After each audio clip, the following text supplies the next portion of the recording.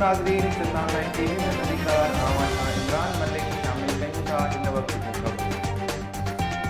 नाज़रीन, गंबड़ जी निजी तालीमी इदारे में 15 ॾींहं अॻु मुंबई न अगवा थियल मास्टराणी शाइला मरकंड जी अमड़ गुलाम सुगरा मरकंड जी फरियाद ते सादिक कॉलेज जे शागिर्द शाज़ेब राजपूत समेत 3 ॼणनि ख़िलाफ़ गंबड़ थाणे ते केस दाख़िल कयो वियो आहे। सिंध ऑनलाइन टीवी जे रिपोर्टर गुलाम शबीर जूनेजो जी ख़बर मूजिब नारी जे वालदा केस में मौक़िफ़ अख़्तियार कयो आहे त 15 ॾींहं अॻु मुंहिंजूं धीअरूं शाइला ऐं शुमैला स्कूल मां वापसि घर अची रहियूं हुयूं त कार में सवार शाज़ेब राजपूत ॿिनि अणॼातल हथियारबंदनि सां गॾिजी शाइला खे हथियार जे ज़ोर ते अगवा करे वियो आहे, जंहिंजी शिकायत केस जे मुख्य जवाबदार शाज़ेब जे वालिद उस्मान राजपूत खे ॾिनी हुई, पर उन अगवा ॼाणायल मास्तरियाणी खे वापसि न करायो, उल्टो आवाज़ उथारण ते धमकियूं ॾियारियूं हुयूं त जंहिं बाद केस दाख़िल करायो आहे। होॾां गंबड़ पुलिस राब्तो करण ते ॿुधायो त निजी कॉलेज में मास्तरियाणी शाइला मरकंड जे अगवा जो केस दाख़िल करे जांच करे रहिया आहियूं। शुरूआती जांच में ख़बर पई आहे त ॼाणायल मास्तरियाणी निजी कॉलेज में पढ़ाईंदी आहे ऐं इल्ज़ाम हेठि आयल जवाबदार साॻे स्कूल में 9हीं क्लास जो शागिर्द आहे।